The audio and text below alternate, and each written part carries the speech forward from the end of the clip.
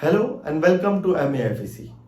I am Raghib Naushad and once again I am before all of you, and today I will explain you how to approach legal aptitude in BA/LLB entrance examination. Whether you are appearing in CLAT examination, whether you are appearing in ELET examination, whether you are appearing in JMI BA/LLB examination, AMU BA/LLB examination, MHCET examination, BHU law entrance examination. This legal aptitude will play a very important role in the entrance examination. क्योंकि जब आप law entrance examination में appear होते हैं तो word आ जाता है law. तो जब आप लॉ कॉलेज में जाते हैं तो थोड़ी ऐसी नॉलेज जो है वो लोग चेक करना चाहते हैं कि भैया थोड़ा आप फिट बैठते हैं कि नहीं। लॉ एंट्रेंस एग्जामिनेशन है तो बिना लॉ के तो कोई भी लॉ एंट्रेंस एग्जामिनेशन होता ही नहीं है। लेकिन लॉ का ये भी मतलब नहीं होता है कि you will have to study at the level of graduation या फिर एकदम लॉ में जाके हम पीएचडी कर लें। ये आपको नहीं करना है। एक बेसिक लॉ की अंडरस्टैंडिंग आपके अंदर है कि नहीं, ये चीज वो जानना चाहते हैं। And as you all know that there is a very tough competition. आजकल एंट्रेंस एग्जामिनेशंस में सीट्स कम है, बच्चे ज्यादा है, तो इस वजह से जो है थोड़ा सा डायनामिज्म जो है वो बढ़ जाता है लॉ एंट्रेंस एग्जामिनेशंस का। And today we are focusing on JMI BA/LLB। हम ज्यादातर जो है JMI BA/LLB पे फोकस करेंगे, बट ओवरऑल अगर आप किसी भी लॉ एंट्रेंस एग्जामिनेशन में अपियर हो रहे हैं तो प्लीज वॉच दिस वीडियो, क्योंकि ये आपको बहुत काम आने वाला है। ये जो सिलेबस है क्लैट में, एलेट में, कहीं आप अपियर हो, these are the syllabus of legal aptitude, these are the chapters and the areas from where they will ask you questions. ठीक है, तो आइए हम बात कर लेते हैं। अगर हम JMI की बात करें, BA/LLB एंट्रेंस एग्जामिनेशन वो खुद से ले रही है, CUCET में इस बार एग्जामिनेशन वो लेगी नहीं। तो जामिया 150 मार्क्स का BA/LLB का एंट्रेंस लेती है। ये मैं आपको पहले वीडियो में बता चुका हूं। जिनको नहीं पता है किस तरह से होता है तो आप प्लीज जाकर के वो वाला वीडियो चेक कर लीजिएगा। बाकी डिस्क्रिप्शन में भी आपको उस वीडियो का लिंक डाल दिया जाएगा, नीचे आप देख लीजिए। हाँ, उसके बाद हम बात कर रहे थे कि ये जो लीगल एप्टीट्यूड है, ये जामिया का सिलेबस ये कहता है कि ये 40 मार्क्स का क्वेश्चन पूछते हैं लीगल एप्टीट्यूड में। 40 मार्क्स मतलब 150 में 40 marks they ask from legal aptitude and 40 जो है वो मैक्सिमम होता है। तो यू कैन अज्यूम कि this is a very important portion. और कोई भी बच्चा जब लॉ एंट्रेंस एग्जामिनेशन की तैयारी में जाएगा तो सबसे पहले क्या देखता है कि इस एरिया को मुझे मजबूत करना है। तो मुझे लगता है कि ये एरिया जो है लगभग बच्चे मजबूत कर लेते हैं अपना। तो कंपटीशन जो है इस हिसाब का हो जाता है कि जो बच्चे सेलेक्ट होते हैं उनको लीगल एप्टीट्यूड में अच्छा होना ही पड़ता है, क्योंकि इस लीगल एप्टीट्यूड में बगैर अच्छा हुए आप एग्जामिनेशन क्वालिफाई नहीं कर सकते हैं BA/LLB का। तो आइए सबसे पहले we will check the chapters and the areas from where we will have to study in legal aptitude. ठीक है, first thing is that we will have to study general laws. अब जनरल लॉज का मतलब क्या है? यहां पर general laws का मतलब है कि एक बेसिक अंडरस्टैंडिंग लॉ की। फॉर एग्जांपल, जैसे who is the current chief justice of India. ठीक है, ये एक लॉ से रिलेटेड क्वेश्चन है। अब लॉ की बुक्स होती हैं, लॉ में स्टैट्यूट्स होते हैं। For example Indian Penal code, CRPC, IPC मैंने बता दिया आपको लॉ ऑफ एविडेंस हो जाता है, लॉ ऑफ कॉन्ट्रैक्ट हो जाता है, स्पेसिफिक रिलीफ एक्ट हो जाता है, इंडियन पार्टनरशिप एक्ट हो जाता है। तो अब ये नहीं कह रहा हूं कि मैं इसमें जाकर के आप पढ़िए अंदर, नहीं। At least you must know that in which year these laws were enacted, in which year Indian Contract Act was enacted, in which year Indian Penal Code was enacted, in which year Code of Criminal Procedure was enacted.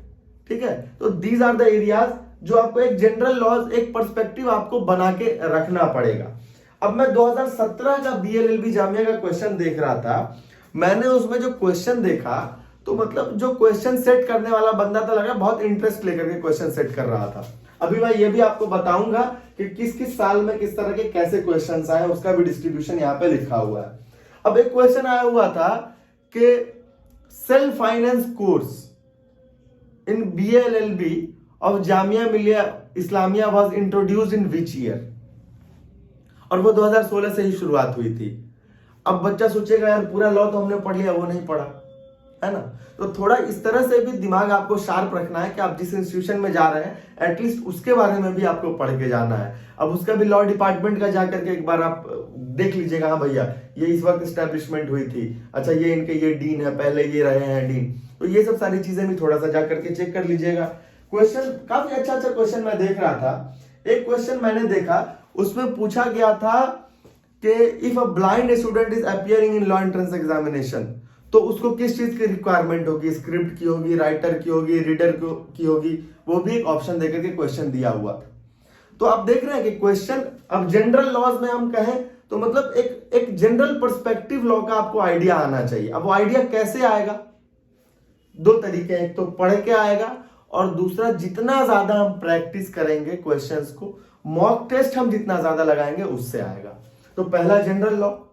The second one is assertion reasoning. Assertion reasoning भी आपको पढ़ना पड़ेगा। अब assertion reasoning में क्या होता है कि कुछ असर्शन कुछ दिए हुए होते हैं और उसका रीजन दिया हुआ होता है, फिर आपको बताना होता है कि दैट इज ट्रू और नॉट।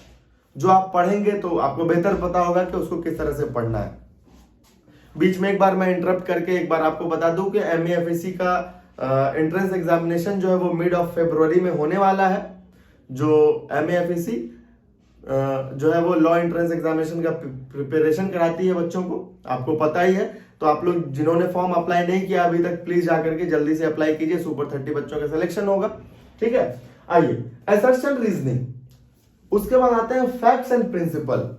मुझे लगता है कि ये एरिया जो है ना सबसे ज्यादा एक बच्चा फैक्ट एंड प्रिंसिपल पे ही मेहनत करता है, लेकिन वो भी मैं बताऊंगा कि आपको टाइम को सही तरीके से कहां क्या लगाना है। क्योंकि एक बच्चा जो है ना पूरा फैक्ट एंड प्रिंसिपल ही दिन रात प्रैक्टिस किया और उसमें वो शरद अरविंद बोबड़े बन गया, लेकिन वो अरविंद बोबड़े बनने से क्या रिजल्ट आया कि 2021 में सिर्फ 5 क्वेश्चन पूछे, सिर्फ 3 क्वेश्चन 2020 में पूछे, सिर्फ 3 questions were asked in 2019 examination, 16 question 2018 में पूछ दिए। देख रहे हो आप किसी भी चीज को स्किप नहीं कर सकते हो फैक्ट एंड प्रिंसिपल की जब हम बात कर रहे हैं तो। जैसे असर्शन रीजनिंग की हम बात करें, हमने देखा 2021 में नील, नो क्वेश्चंस वेर आस्क्ड। 2020 में असर्शन रीजनिंग की बात करें 1 क्वेश्चन वाज आस्क्ड। 2019 की बात करें तो नो क्वेश्चन।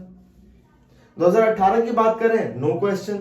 17 की बात करें 4 क्वेश्चंस वेर आस्क्ड, ठीक है। तो मतलब कंक्लूजन निकलता है कि ये भी पढ़ना है। फैक्ट एंड प्रिंसिपल के क्वेश्चंस आ रहे हैं, बहुत ज्यादा आ गए 18 में, अब कम भी आए तो क्या पता 2022 में क्वेश्चन आ जाए, फिर क्या करेंगे आप, तब तो पढ़ना पड़ेगा, तो उसको भी पढ़ना है। जनरल लॉज की जो हम बात कर रहे हैं, तो अब जैसे हमने आपको बताया ब्लाइंड वाला कंसेप्ट, वो भी क्वेश्चन पूछ रहे हैं, जामिया से रिलेटेड वो भी पूछ रहे हैं। एक क्वेश्चन था who is the 43rd chief justice of India, भाई वो भी लॉ से क्वेश्चन है, करंट से रिलेटेड था। तो जनरल पर्सपेक्टिव आपको बना लेना है। आप कोई भी न्यूज जरूर फॉलो कीजिए। मोबाइल फोन चलाते हो ना, तो मोबाइल फोन में इंस्टाग्राम स्क्रॉल करने से बढ़िया शॉर्ट्स स्क्रॉल कर लो, वहां पे आपको रोज न्यूज मिल जाएगा, तो उसी को एंटरटेनमेंट की तरह यूज कर लीजिए, ठीक है। अब आते हैं पर्सनल लॉ। अच्छा, पहले है tort law and contract law. तो ये जो आपका fact and principle based questions होते हैं, इस fact and principle based question में 1 और more than 1 principle can be given, ठीक है, and there will be a fact. एक फैक्ट बना दिया जाएगा, राम इज अ बॉय, है ना, and Ankita is his girlfriend. उसके बाद दे दिया जाएगा कि in anger Ram killed Ankita one day, और उसका एक ब्रीफ एक्सप्लेनेशन दे दिया जाएगा कि व्हाई ही किल्ड, ठीक है। उसने स्टैब किया, उसने जो है स्टैब किया, उसके हर्ट पे नाइफ मारा, ठीक है। क्वेश्चन दे दिया जाएगा whether it is a culpable homicide और not, is it a murder, ठीक है, या फिर ये सिर्फ ग्रीवियस हर्ट है, या फिर इट इज नॉट मर्डर। आपको ऑप्शंस दे दिए जाते हैं उसमें, ठीक है। फिर आपको प्रिंसिपल दे दिया जाता है कि व्हाट इज कल्पेबल होमिसाइड, बता दिया जाएगा सेक्शन 299 को। मर्डर को डिफाइन कर दिया जाएगा क्या होता है, उस हिसाब से आपका प्रिंसिपल फैक्ट का क्वेश्चन होता है। तो वो आप प्रैक्टिस कीजिएगा। अगर आप सेल्फ स्टडी कर सकते हैं तो वेल एंड गुड। आप स्टडी मटेरियल मार्केट में बहुत अवेलेबल है पढ़ने वालों के लिए, ठीक है, वहां से कर सकते हैं। बाकी कोई बच्चा अगर इंस्टीट्यूट वगैरह में पढ़ रहा है, कहीं गाइडेंस ले रहा है, या कोई अगर हमारा बच्चा है तो आपको वो फिर वहां पे पढ़ा दिया जाता है, ठीक है। अदरवाइज आप खुद से पढ़िएगा। प्रिंसिपल में क्या है कि आप प्रिंसिपल में क्या क्या चीज का प्रिंसिपल पढ़ना पड़ेगा। Tort law, contract law, criminal law, constitution law and IPC. देखा गया है कि अमूमन इसी में से प्रिंसिपल्स दिए जाते हैं। तो कोचिंग इंस्टीट्यूट्स वगैरह में पढ़ने से एक बेनिफिट क्या हो जाता है कि वहां पे एक लॉ का बैकग्राउंड बता दिया जाता है बच्चों को। मैं प्रमोट नहीं कर रहा हूं कि कोचिंग में पढ़ो, आप खुद से भी पढ़ सकते हैं, ठीक है। लेकिन क्या होता है कि बैकग्राउंड दे दिया जाता है कि हाँ टॉर्ट लॉ है तो भैया इसमें विकेरियस लायबिलिटी ये होती है, वॉलंटाइन अनफिट इंजरिया ये होता है। तो ये सब सारी चीजें आपको पहले से पता हो जाता है, तो प्रिंसिपल जो होता है ना वो माइंड में पहले से क्लियर है। तो आपको फैक्ट्स पढ़ के फिर आप आसानी से यू कैन डिड्यूस के what will be the answer. And after practising a lot of questions you will easily derive कि विच ऑप्शन इज करेक्ट, ठीक है। तो आप पहले क्या कीजिएगा कि फैक्ट एंड प्रिंसिपल क्वेश्चन बनाने से पहले आप चैप्टर जरूर पढ़ लीजिएगा, एक बेसिक।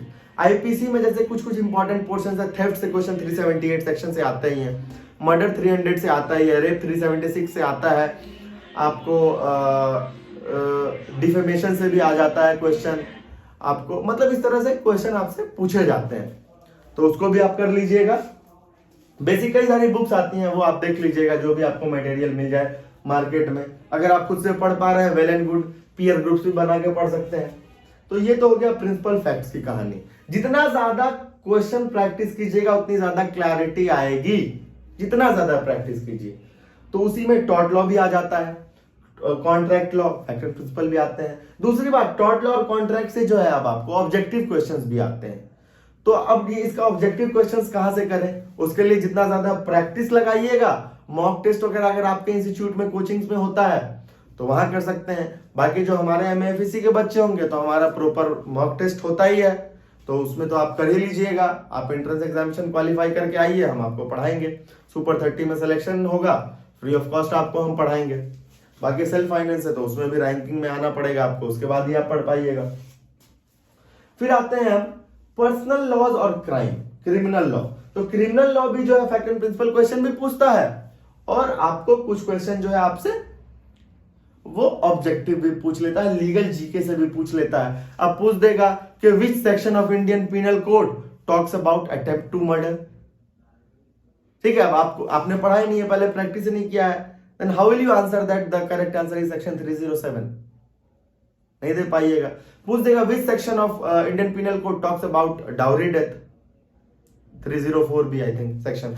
अब आपसे अभी जैसे सेडिशन देख लीजिए, कंटिन्यूअसली चल रहा है, तो अब कोई टॉपिक अगर रिसेंट से भी हो ना तो तुरंत उसको पढ़ लीजिएगा उसके बारे में। Sedition, if sedition is highlighted then you must know that sedition was inserted in the Indian Penal Code in the year 1870 and not in 1860 when Indian Penal Code was enacted.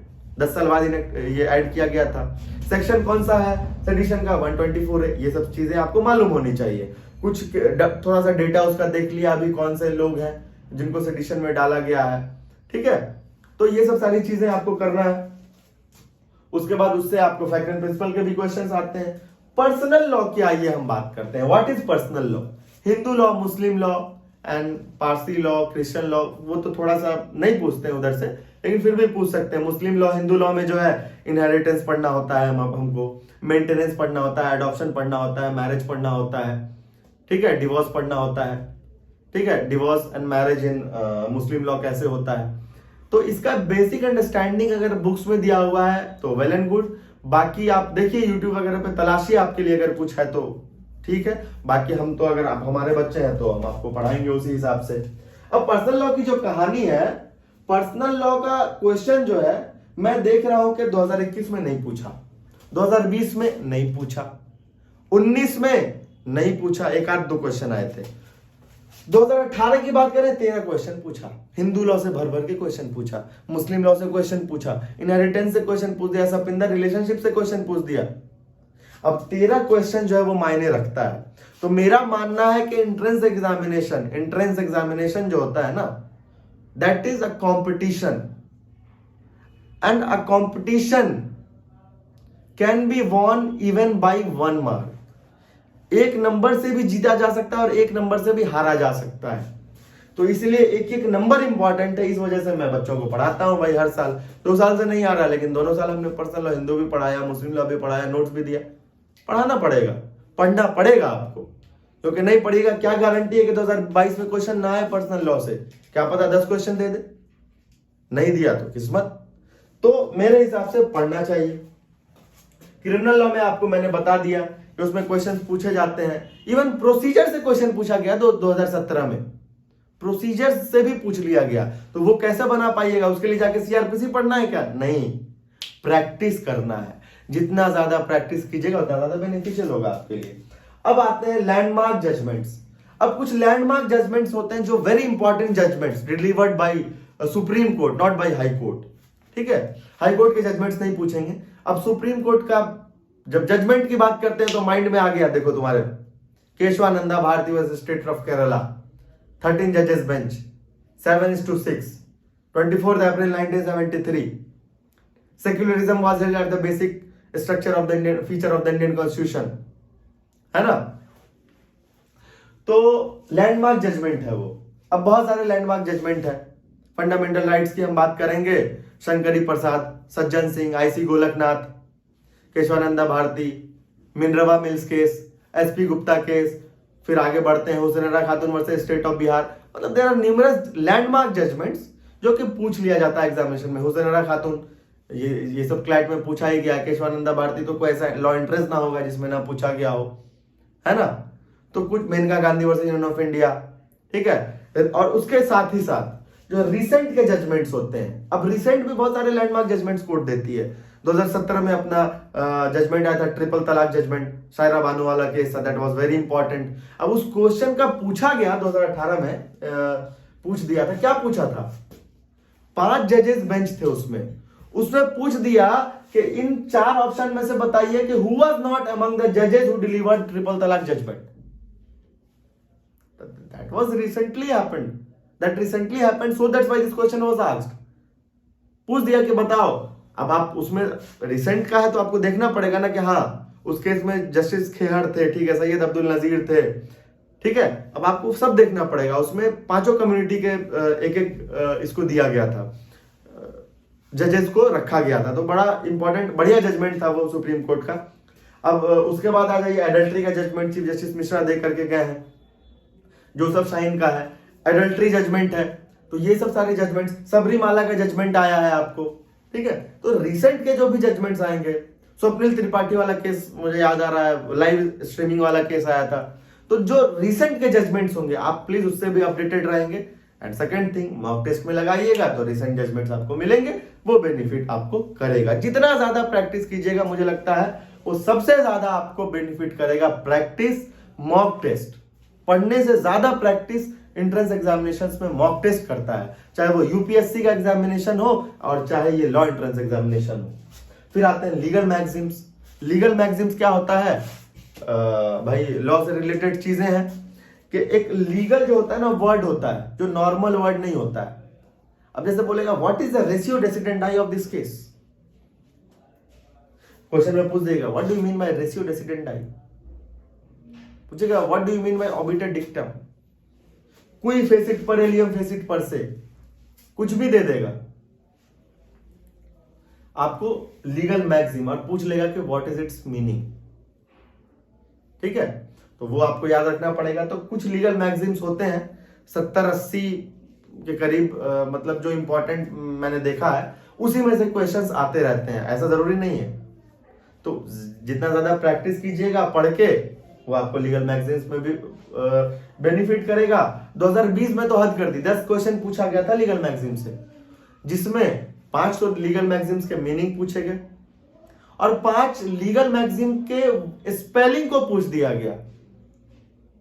Spelling को पूछ दिया गया, आप बताइए आप, quid pro क्यो, अब उसका स्पेलिंग दे दिया कि बताइए कि सही है या गलत है, इसमें से कौन सी स्पेलिंग इसकी सही है, समझ रहे हैं? तो आपको वो भी बहुत ध्यान से पढ़ना पड़ेगा। कंपटीशन है, तो कंपटीशन में जो तेज भागेगा लक्ष्य को सामने रखते हुए वही आगे बढ़ पाएगा और वही लक्ष्य तक पहुंच पाएगा।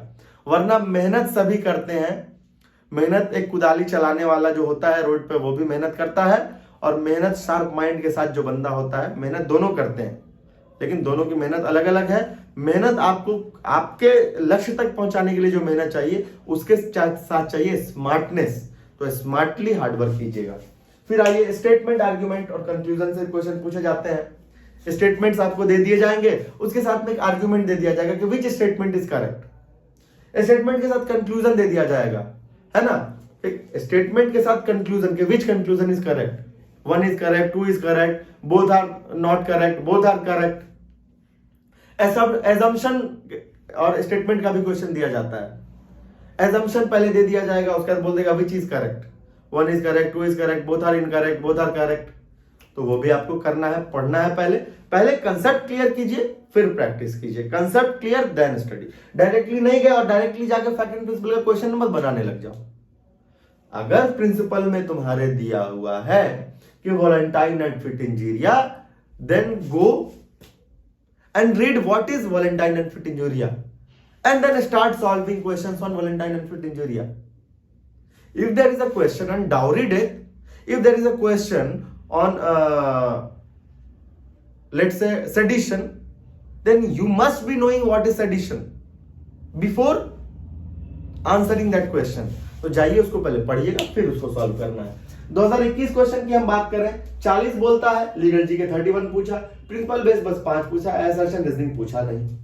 2020 की बात करें, 34 क्वेश्चन पूछे गए, लीगल जी के 30, प्रिंसिपल बेस 3, असर्शन रीजनिंग के 1। 2019 की बात करें तो लीगल जी के 39, 42 क्वेश्चन पूछे गए थे इसमें टोटल। प्रिंसिपल वाले क्वेश्चन की अगर हम बात करेंगे तो ये आपको 3 क्वेश्चन पूछे गए, असर्शन रीजनिंग से 0। 18 की बात करें, लीगल जी के 16, प्रिंसिपल बेस 16, असर्शन 0 और पर्सनल लॉस 13। देख रहे हो, प्रिंसिपल बेस्ड 16 क्वेश्चन पूछे गए और बाकियों में देख लो 3-5 कर रहा है बस, और यहां 16। तो ना छोड़ सकते हैं और ना एकदम दिन रात भी लगे रहना है, नहीं, हमको इक्वल वेटेज देना है। और 40 में मेरे हिसाब से 30 से प्लस अगर आपको नहीं आ रहा है ना, तो आप काबिल नहीं है लॉ एंट्रेंस एग्जामिनेशन क्वालिफाई करने के, मेरे हिसाब से। क्योंकि हर बच्चा मुझे लगता है कि 30 प्लस लाता ही है। मुझे याद है लास्ट ईयर हमारे बैच में बच्चे कहते थे कि सर क्वेश्चन आ जाए लीगल से तो बना ही देंगे, इतना कमांड हो गया था कि सर 37 लाएंगे, 38 लाएंगे। क्वेश्चन में ऐसा ट्विस्ट मारा कि क्वेश्चन में अब जो कॉन्स्टिट्यूशन का भी क्वेश्चन दिया ना, आर्टिकल के प्रोविजन को भी ट्विस्ट मार दिया। अब अगर अच्छे से क्लास किया हुआ होता बच्चा, वो कि क्लास में बताया गया था कि हाँ गवर्नर को हम इस तरह से करते हैं, प्रेसिडेंट का इम्पीचमेंट इस तरह से होता है, ये प्रोविजन है री इलेक्शंस के, इलेक्शन के, अगर क्लास में ध्यान दिया होता तो जिस बच्चे ने दिया एग्जामिनेशन क्वालिफाई कर गया। आगे कुछ बच्चे कुछ मार्क्स से रह गए। हाँ, फिर 2017 की जब हम बात देखते हैं तो स्टेटमेंट आर्ग्यूमेंट से 8 क्वेश्चंस देख लो, स्टेटमेंट आर्ग्यूमेंट से, फैक्ट एंड प्रिंसिपल से ओनली 3।